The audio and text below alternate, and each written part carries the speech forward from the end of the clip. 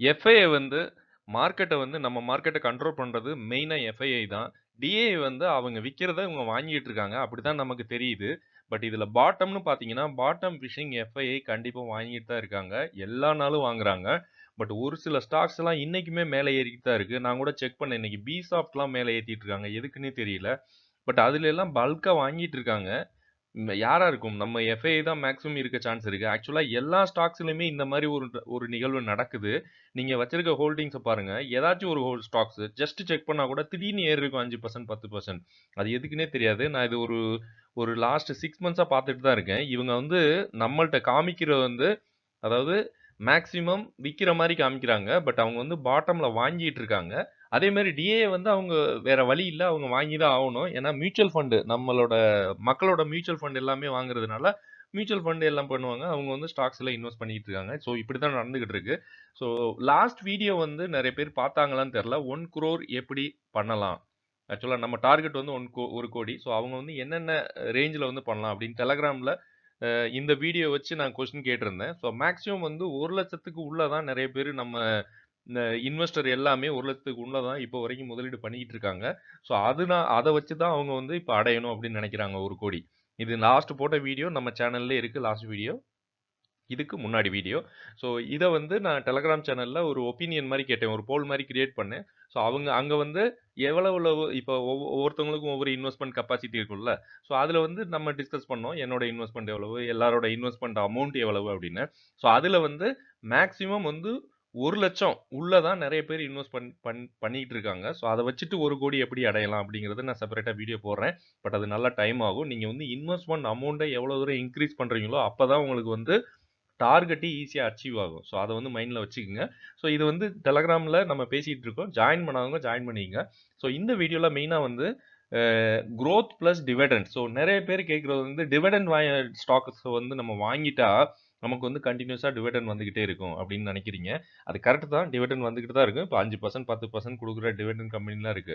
But அந்த கம்பெனிலாம் என்ன ஆகும்னா 10% டிவிடெண்ட் குடுப்பாங்க. பட் 1 வருஷத்துக்கு பிரைஸ வந்து 40% கீழ இறக்குவாங்க. நீங்க ரூ. 1000 ஒரு ரூ. 100ல ஒரு ஸ்டாக்க வாங்குறீங்க. ரூ. 60க்கு போயிருச்சு. அவங்க வந்து ஒரு ரூ. 10 டிவிடெண்ட் தர்றாங்கன்னா, ஒரு வேல்யூமே கிடையாதுல்ல. 10% டிவிடெண்டுக்கு நீங்க வந்து ரூ. 40 அவங்கள்ட்ட குடுக்கணும். அதுக்கப்புறம் அந்த ஸ்டாக் மேல ஏறி வரணும். அதாவது உங்களோட இன்வெஸ்ட்மென்ட் அமௌண்ட் வந்து அப்படியே லாக் ஆயிரும்.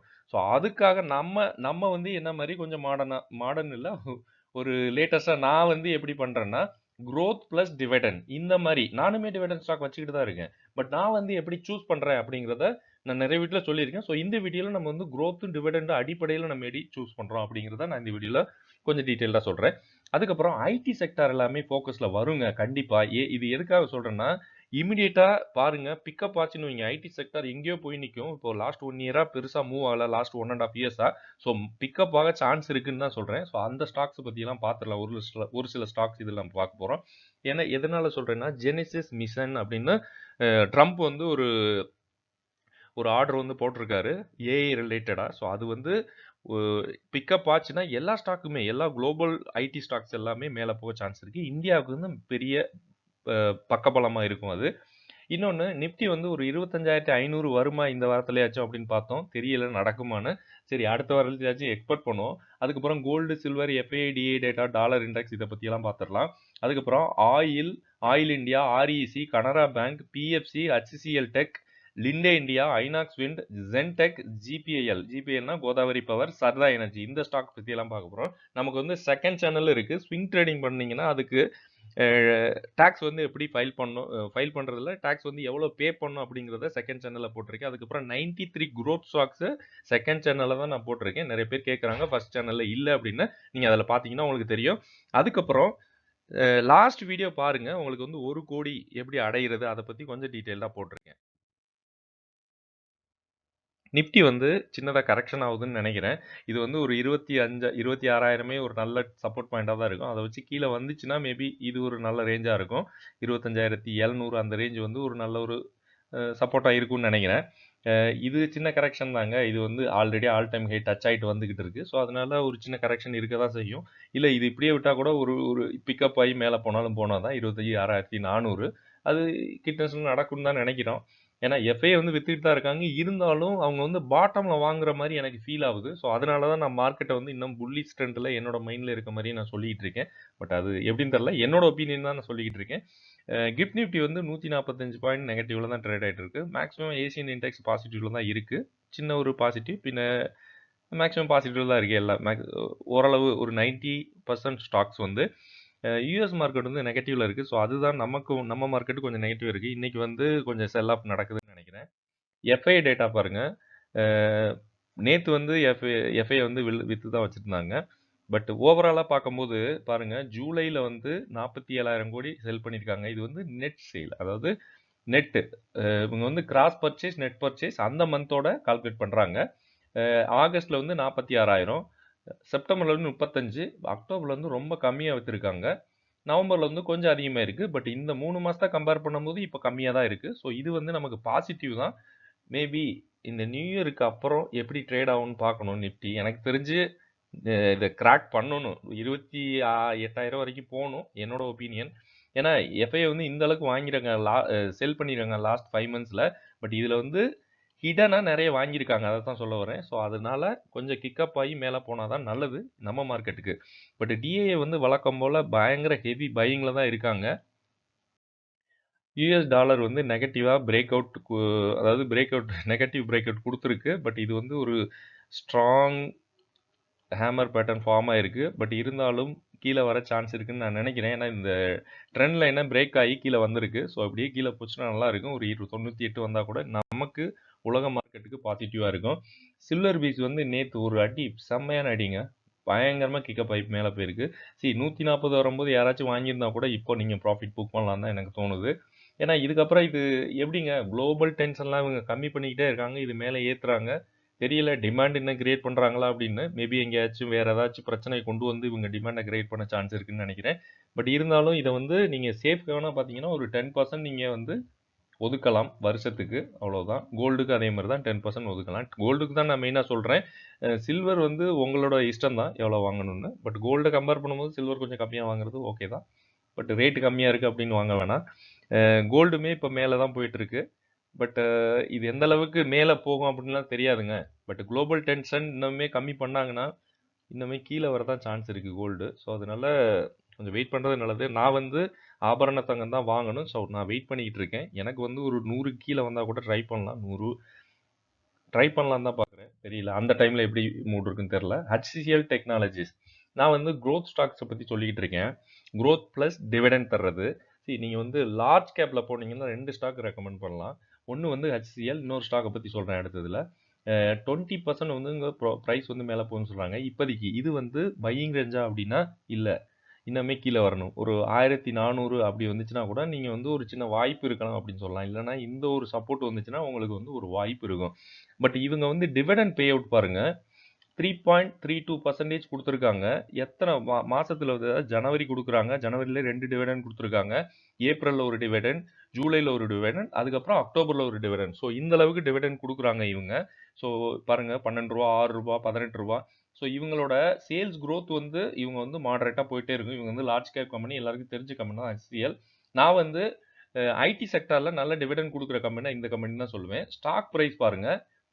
இது வந்து இந்த வருஷம் மட்டும் தான் 12% இருக்கு. இன்னும் ஒரு 2 வருஷம் நீங்க வெயிட் பண்ணீங்கன்னா, இந்த ரேஞ்சுக்கு கொண்டு வந்துருவாங்க. 13%. அப்ப இதுக்கு வந்து இன்னுமே மேல போக குரோத் இருக்குன்னு தான் சொல்ல வரேன். ஆக்சுவலா இவங்க வந்து கிராஜுவலா 10 வருஷம் பார்த்தாலும், 5 வருஷம் பார்த்தாலும், 3 வருஷம் பார்த்தாலுமே 13% இருக்கு. இந்த வருஷம் மட்டும் 12% டிவிடெண்ட் நெகட்டிவ்ல இருக்கு.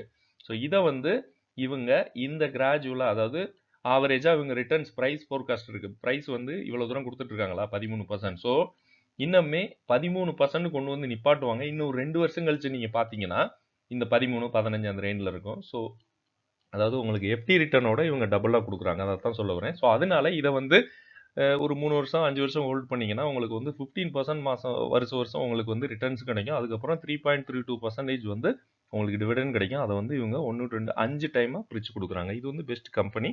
உங்களுக்கு க்ளோஸ் ஆகும் அந்த மாரிலாம் பயம்லாம் கிடையாது. சூப்பரான ஒரு கம்பெனி. Oil India. இதுவுமே குரோத் ஸ்டாக்குங்க. இந்த குரோத் ஸ்டாக்கு ரிசல்ட் நல்லா போஸ்ட் பண்ணியிருக்காங்க. சேல்ஸ் இன்க்ரீஸ் ஆயிருக்கு. பட் நெட் ப்ராஃபிட் அடி வாங்கியிருக்கு. ஸோ அதனால பிரைஸ் வந்து இப்போ கீழ இருக்கு. ஆக்சுவலா இங்க ஒரு லைன் போட்டிருக்குல்ல, ஒரு 320 அந்த ரேஞ்சு. அது வந்து நல்ல ஒரு வாய்ப்பா இருந்தது. பட் அந்த டைம்ல விட்டவங்க இப்ப கூட நல்ல ஒரு கீழ தான் இருக்கு. ஒரு ரூ. 800 பக்கத்துல போயிட்டு இப்போ வந்து 414ல ட்ரேட் ஆயிட்டு இருக்கு. இவங்களோட டிவிடெண்ட் ஈல்டு பாருங்க 2.76% குடுத்துருக்காங்க. இவங்களோட சேல்ஸ் குரோத் பாருங்க. இந்த வருஷம் மட்டும் தான் கொஞ்சம் அடி வாங்கியிருக்கு. ஆக்சுவலா கொஞ்சம் கம்மியாயிட்டு இருக்க மாரி தான் காமிக்கிறாங்க 3 இயர்ஸ்ல. பட் பிரைஸ் பாருங்க 14% நெகட்டிவா தான் இருக்கு. பட் இவங்க 5 வருஷம் வந்து 43% பிரைஸ் வந்து இன்கிரீஸ் ஆயிருக்கு. 3 இயர்ஸா கம்பேர் பண்ணும்போது 44% இன்கிரீஸ் ஆயிருக்கு. ஸோ இன்னும் ஒரு 2 வருஷத்துல இந்த பிரைஸ் வந்து அட்லீஸ்ட் 40% குடுக்க சான்ஸ் இருக்கு. ஸோ இப்படி தான் நம்ம கால்குலேட் பண்ணணும். டிவிடெண்ட் ஸ்டாக் சூஸ் பண்ணும்போது நீங்க வந்து ப்ராஃபிட்காக பார்த்தீங்கன்னா கிடையாது. டிவிடெண்ட்காக சூஸ் பண்ணணும்னா நல்ல ஒரு டிவிடெண்ட் கம்பெனி எடுத்துக்கிட்டு இந்த மாதிரி பாருங்க. ஸோ நான் வந்து இந்த மாதிரி தான் பார்க்குறேன். இந்த ஸ்டாக் என்கிட்ட இருக்கு. நான் இன்னும் 2 வருஷம் ஹோல்ட் பண்ணா கூட எனக்கு வந்து ஒரு 40% 80% வரைக்கும் ரிட்டர்ன்ஸ் கிடைக்க சான்ஸ் இருக்கு. Including dividend. எனக்கு வந்து இந்த மாதிரி டிவிடெண்ட்லாம் ஆல்ரெடி கிடைச்சிருச்சு. ஓகே ரூ. 7 கிடைச்சிருக்கு, 1.5 ரூபீஸ் கிடைச்சிருக்கு, 3.5 ரூபீஸ் கிடைச்சிருக்கு. ஸோ வருஷத்துக்கு வந்து 3 டைம்ஸ் டிவிடெண்ட் தர்றாங்கன்னு நினைக்கிறேன். ஸோ நான் இந்த கம்பெனியை வச்சுட்டு தான் இருக்கேன். நெகட்டிவ்ல தான் இருக்கு. இருந்தாலும் பரவாயில்ல. ஒரு சின்ன நெகட்டிவ் தான். ஒரு 5% இந்த மாதிரி நெகட்டிவ்ல தான் இருக்கு. அதுக்கப்புறம் பிஎஃப்சி. ஸோ இந்த கம்பெனியும் நான் வச்சுட்டு தான் இருக்கேன். டிவிடெண்ட்காக தான் வாங்கினேன். இப்போ வந்து கொஞ்சம் நெகட்டிவ்ல தான் இருக்கு. பாருங்க சூப்பரான ஒரு சப்போர்ட்ல இருக்கு. இன்னுமே கீழே வந்தா ஒரு 319ங்கிறது ஒரு சப்போர்ட் இருக்கும். பட் அந்த அளவுக்கு கீழே விடுவாங்களான்னு தெரியல. வந்துச்சுன்னா பயங்கரமான ஒரு ஆப்பர்ச்சுனிட்டியா இருக்கும். பட் அவ்வளவு தூரம் விடுவாங்களான்னு தெரியல. இப்பயுமே சூப்பரான இது பாட்டம்ல தான் இருக்கு. ஸோ இவங்க வந்து வருஷத்துக்கு 1, 2, 3, 4, 5 5 டைம் டிவிடெண்ட்ஸ் தர்றாங்க. ஸோ இந்த மந்த்ல எல்லாம் உங்களுக்கு டிவிடெண்ட் ஆட்டோமேட்டிக்கா வந்துகிட்டு இருக்கும். பிஎஃப்சி இவங்க வந்து பவர் ஃபைனான்ஸ் கார்பரேஷன் கவர்மெண்ட் ரிலேட்டடான பிஸ்னஸ் தான் பண்ணுறாங்க. இது பவர் ரிலேட்டடான பிஸ்னஸ் ரெனியூவபிள் செக்டரில் இருக்க ஒரு கம்பெனி. அவங்களுக்காக பிஸ்னஸ் கொடுக்குறாங்க. சேல்ஸ் குரோத் பாருங்க. இவங்க வந்து மாடரேட்டாக கொடுத்துக்கிட்டு தான் இருப்பாங்க.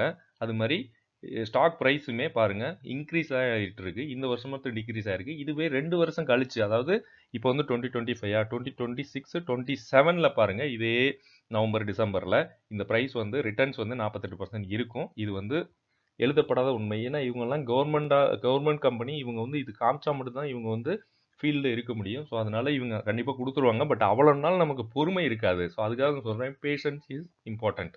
ஓகே டிவிடெண்ட் ஈல்டு பாருங்க. இவங்க எவ்வளோ கொடுத்துருக்காங்க? 4.38% கொடுத்துருக்காங்க. இதுவும் கிடைச்சு அதுக்கப்புறம் இதுவும் கிடைச்சிச்சுன்னா ஓகே தானே. 48% வந்து வருஷம் உங்களுக்கு டிவிடெண்ட் கிடைச்சா ஓகே தானே. நான் வந்து 40% கிடைக்கும் தான் சொல்கிறேன். இது வந்து எக்ஸ்பெக்டேஷன் தான். பட் இது வந்து நடக்குமானா தெரியாது. ஏன்னா நாளைக்கே கவுத்தாலும் கவுந்தது தான். பட் இவங்க வந்து லாஸ்ட் ஹிஸ்ட்ரியை பாருங்க. 10 வருஷத்துல வந்து 16% கொடுத்துருக்காங்க கிராஜுவலா. 5 வருஷத்துல வந்து 32% பிரைஸ் வந்து இவங்களுக்கு வந்து ஸ்பைக் ஆயிருக்கு. அதே மாதிரி 3 வருஷத்துல 48% கொடுத்துருக்காங்க. ஸோ அதனால இதுக்கப்புறம் போகும்போது இது வந்து இன்க்ரீஸ் தானே ஆகும். அப்பதானே கம்பெனி growthல இருக்குன்னு சொல்லுவாங்க. ஸோ அதை வச்சு தான் சொல்றேன். இந்த கம்பெனி வந்து நல்ல growth ஸ்டாக் நானும் வச்சுட்டு தான் இருக்கேன். நிறைய பேர் டிவிடெண்டாக வாங்கிட்டு இருக்காங்க. இப்போதைக்கு பிரைஸ் வந்து நல்ல பாட்டம்ல இருக்கு. இந்த பிரைஸ் வந்து இங்க இருக்கும் தான் 27% நெகட்டிவ்ல காமிக்கிறாங்க 1 இயர்ல. சப்போஸ் இது 500 ரூபாய்க்கு போச்சுன்னா இதெல்லாம் பாசிட்டிவ்ல வந்துருன்னு சொல்ல வரேன். ஸோ நீங்க வந்து கொஞ்சம் வேற மாதிரி திங்க் பண்ணுங்க. அப்பதான் உங்களுக்கு புரியும். இன்னொன்னு பாட்டம்ல வாங்கி பழகுங்க. இதெல்லாம் நல்ல பாட்டம்ல இருக்கு. அடுத்து வந்து ஆர்இசி. இந்த கம்பெனி வந்து 54% பிரைஸ் மேலே போகும்னு சொல்கிறாங்க அனலிஸ்ட். இந்த கம்பெனியுமே வருஷத்துக்கு 5 டைம் டிவிடெண்ட் கொடுக்குறாங்க. பிஎஃப்சியோட ஒரு சிஸ்டர் கம்பெனி. ஓகே ஸோ இவங்க வந்து ஸ்டாக் ப்ரைஸ் பாருங்கள் அதே மாதிரி தாங்க இதுவும் பாருங்கள் 48%, அதாவது 16%, 30%. ஸோ இன்னும் ஒரு 2 வருஷமாச்சு நீங்கள் ஹோல்ட் பண்ணோம். அப்போ தான் உங்களுக்கு வந்து இதோட டிவிடெண்ட் வந்து 5% மேலேயே கொடுக்குறாங்க. சூப்பரான கம்பெனி. பிஎஃப்சியை காட்டிலும் இது வந்து டிவிடெண்ட் அதிகமாக கொடுக்குது. ப்ரைஸ் வந்து பக்காவான சூப்பர் ட்ரெண்ட் சப்போர்ட்டில் இருக்குது. ஸோ இதுதான் நல்ல ஒரு வாய்ப்பான்னு எனக்கு தோணுது. இப்போ நம்ம பார்த்த க்ரோத் ஸ்டாக்ஸ்லே காம்பவுண்ட் சேல்ஸ் க்ரோத்துமே இவங்க மாடரேட்டாக கொடுத்துட்டு தான் இருக்காங்க. இதெல்லாம் வந்து ரெனியூவபிள் செக்டரில் இருக்கிறதுனால பயங்கரமாக பூமில் தான் இருக்கும் எப்பயுமே. ஓகே அடுத்து வந்து கனரா பேங்க். அதாவது பேங்கிங் செக்டாரில் நம்ம வந்து நல்ல கம்பெனி வாங்கணும் அப்படின்னா நான் வந்து சொல்கிறது வந்து இந்த 2.64% டிவிடெண்ட் கொடுக்குற கனரா பேங்க் தான். இது வந்து சூப்பரான கம்பெனி. பழைய பேங்க்கு. ஓகே இவங்க பாருங்க எத்தனை டைம் டிவிடெண்ட் கொடுத்துருக்காங்கன்னு. 4 டைம்ஸ் டிவிடெண்ட், அதாவது ஜூனில் வந்து டிவிடெண்ட் கண்டினியூஸாக கொடுத்துட்டு இருக்காங்க லாஸ்ட் 4 இயர்ஸில். இந்த வருஷம் வந்து 4 ரூபா கொடுத்துருக்காங்க. போன வருஷம் 3.22. அதுக்கு முன்னாடி 12 ரூபா கொடுத்துருக்காங்க. அதுக்கு முன்னாடி 6.5 ருபீஸ் கொடுத்துருக்காங்க. கரண்ட் ப்ரைஸ் வந்து 154 வந்து இவங்க 4 ரூபா டிவிடெண்டே கொடுத்துருக்காங்க. இன்னொன்று ப்ரைஸ் வந்து இப்போ நல்ல ஒரு டாப்பில் இருக்குது. டாப் கியரில் 160ங்கிறது நல்ல ஒரு ரிசெஷனாக இருக்குது. இப்போயுமே ஒரு ரிசெஷனில் தான் இருக்குது. ஸோ இப்போதைக்கு இதில் வாய்ப்பு கிடையாது. இருந்தாலும் சொல்கிறேன், நீங்கள் போர்ட்ஃபோலியோவில் உங்களோட வாட்ச் லிஸ்ட்டில் ஆட் பண்ணி வச்சுக்கோங்க. இவங்க ரிட்டர்ன்ஸ் பாருங்க 1 இயர் ரிட்டர்ன்ஸ் வந்து 48% கொடுத்துட்டாங்க. ஸோ மற்ற கம்பெனி இதே மாதிரி மாறுங்க. 1 இயர் ரிட்டர்ன்ஸ் 48% வந்துச்சுன்னா இதே மாதிரி ஆல் டைம் ஹையில் போய் நிற்கும். சேல்ஸ் growth பாருங்க 20% இந்த மாதிரி மாடரேட்டாக இவங்க கொடுத்துட்டு தான் இருக்காங்க. ஸோ சூப்பரான ஒரு பேங்க்கு. ஸோ நீங்கள் கொஞ்சம் வெயிட் பண்ணி தான் என்ட்ரு ஆகணும். அதாவது இன்னொன்று, நிறைய பேருக்கு வந்து இன்னுமே கன்ஃபியூஷன் இருக்கு எந்த ஸ்டாக்கை வாங்கலாம் அப்படின்னு. இன்னொரு நிறைய பேர் கேட்குறாங்க 1 கோடி எப்படி அலையணும் அப்படின்னு. ஸோ இந்த கம்பெனி லிண்டே இந்தியா, இந்த கம்பெனி வந்து நீங்கள் என்ன பண்ணணும்னா வீக்லி சார்ட் ஆன் பண்ணிக்கங்க. இதுக்கப்புறம் நம்ம பார்க்க போகிற ஸ்டாக் ஒரு 4 ஸ்டாக்காக வந்து ஸ்டாக்கை பார்க்க போகிறோம். எல்லாமே வீக்லி டைம் ஃப்ரேமில் வச்சுக்கிட்டு 10 டைம்ஸ் நான் மேலே போகுன்னு சொல்கிறேன்ல, ஒரு 8%. ஸோ இது வந்து இந்த இடத்துல 8% மேலே போச்சுங்க. நீங்கள் செக் பண்ணி பாருங்கள். நான் இந்த இடத்துல ப்ராஃபிட் புக் பண்ணல. 8%ங்கிறது நீங்கள் ₹1,00,000 போட்டிங்கன்னா 8% எத்தனை டைம்ஸ் உங்களுக்கு ஒரு கோடியாக மாறும் அப்படிங்கிறத வந்து லாஸ்ட் வீடியோவில் சொல்லியிருந்தேன். பார்க்காதவங்க பாருங்கள். ஸோ இங்கே ஒரு டைம் ஆப்பர்ச்சுனிட்டி கொடுத்துருக்கு, இங்கே ஒன்று கொடுத்துருக்கு, இங்கே ஒன்று கொடுத்துருக்கு. இதுலேயே ஒரு 2 டைம் கிடச்சிருக்கு, இங்கே ஒரு டைம் கிடச்சிருக்கு, இங்கே ஒரு டைம் கிடச்சிருக்கு. ஸோ இதுலையெல்லாம் நம்ம என்ட்ரு ஆகணும்னா இது ஒரு பாயிண்ட் நம்ம என்ட்ரு ஆகிருக்கலாம், இங்கே ஒன்று என்ட்ரு ஆகிருக்கலாம், இங்கே ஒன்று என்ட்ரு ஆகிருக்கலாம், இங்கே ஒன்று. So 4 time. ஏன்னா எல்லாமே பாட்டமில் இருக்குது பாருங்கள். இந்த பக்கம் இருக்க சார்ட் உங்களுக்கு கிடைக்கலன்னு வைங்க, நீங்கள் வந்து 2025 மிட் அந்த ஏப்ரலில் இருக்கீங்கன்னா இது வந்து ட்ரேட் ஆகிட்டு இருக்காது, மேலே போயிருக்காது. ஸோ இது ஒரு ஆப்பர்ச்சுனிட்டி உங்களுக்கு கிடச்சிருக்கும். அதேமாதிரி இங்கே ஒரு ஆப்பர்ச்சுனிட்டி கிடச்சிருக்கும். 3 ஆப்பர்ச்சுனிட்டி உங்களுக்கு கிடச்சிருக்கும். 1 2 3. இப்போ வந்து 4வது ஆப்பர்ச்சுனிட்டி. பட் மற்றதெல்லாம் உங்களுக்கு ஆப்பர்ச்சுனிட்டினா அதை எப்படி நீங்கள் பார்ப்பீங்க? நான் வந்து பாட்டம் பீஸிங்கை வச்சு சொல்கிறேன். பாட்டம் இது வந்து ட்ரெண்ட் சப்போர்ட் லைன்னா வேறு கலரில் போடுறீங்க. சப்போர்ட் லைன்னா எதனா நல்ல சப்போர்ட் லைன். ஸோ இங்கே வந்து உங்களுக்கு கிடச்சிருக்குன்னு சொல்ல வரேன். ஸோ லிண்டே இந்தியா இப்போயுமே நல்ல ஒரு ஆப்பர்ச்சுனிட்டிலாம் இருக்குது, நானும் வச்சுக்கிட்டு தான் இருக்கேன். சரதா எனர்ஜி இதுவுமே இப்போ ஒரு ஆப்பர்ச்சுனிட்டியில் தான், நல்ல ஒரு வாய்ப்பாக தான் எனக்கு தோணுது. பட் இன்னும் கூட கீழே வரலாம். ஒரு 449 வந்தால் கூட உங்களுக்கு வந்து நல்ல ஒரு வாய்ப்பாக இருக்கும். பட் இது எல்லாமே ரெக்கமெண்டேஷன் கிடையாது. நான் வந்து ஒரு ஸ்டாக்கை வந்து எப்படி பார்க்குறேன் அப்படின்னு வச்சு தான் சொல்கிறேன். இதுவுமே ஒரு 10 டைம்ஸ் வந்து 8% மேலே போயிருக்கு பாருங்கள் 2025ல் பாருங்கள். அதாவது இதுக்கப்புறம், அதாவது இந்த டைமில் வந்து இந்த என்ட்ரி, இந்த ஹேண்டில் ஃபார்ம் ஆகும்போது, இது வீக்லி சார்ட்டு, இந்த ஹேண்டில் ஃபார்ம் ஆகும்போது இது வந்து நல்ல சப்போர்ட் லைனாக இருக்கும். இது ஒரு வாய்ப்பு, இது ஒரு வாய்ப்பு. அதாவது 8% மேலே போனது 3 4 5 6. ஸோ 6 டைம் இதிலே போயிருக்கு. ஸோ இதில் நமக்கு வாய்ப்பு எதுனா ரவுண்ட் பண்ணுற மாதிரிங்க, இது ஒன்று வாய்ப்பாக இருந்திருக்கும், இது ஒன்று வந்திருக்கும். ஸோ 2 வாய்ப்பு இந்த ஸ்டாக் கொடுத்துருக்கு. இங்கே இருந்திருந்தா இது ஒரு 3 வாய்ப்பு. 8% மேலே போனது. இதெல்லாம் மினிமம் தான் 8%. இது 10% 12% மேலே போயிடுச்சு ஆல்ரெடி. சார் நான் ஒரு கேண்டில் பிக் பண்ணுறதை சொல்கிறேன். பட் நம்ம வந்து கிராஜுவலாக கால்குலேட் பண்ணால் 8% நமக்கு வாய்ப்பு ஆல்ரெடி கொடுத்துருக்கு ஒரு ஸ்டாக்கும். அதே மாதிரி ஜென்டெக், இது வந்து லாஸ்ட் வீடியோ பார்த்தா தான் உங்களுக்கு புரியும் நான் இது எப்படி இதை சொல்கிறேன்னு. சென்டெக்கும் இப்போ ஒரு நல்ல வாய்ப்பில் தான் கொடுத்துக்கிட்டு இருக்குன்னு நினைக்கிறேன். இது வந்து நல்ல ஒரு இன்னுமே கொஞ்சம் ஒரு 1200 வந்தால் கூட நல்ல ஒரு வாய்ப்பாக இருக்கும். இவங்களுமே 2025 அதுக்கப்புறம் லாஸ்ட் 1 இயர் கூட ஆகலைல்ல. இதில் பாருங்கள், இது ஒரு நல்ல வாய்ப்பாக இருந்திருக்கு. ஓகே, இந்த கேண்டில் ஃபார்ம் ஆகிருக்கு.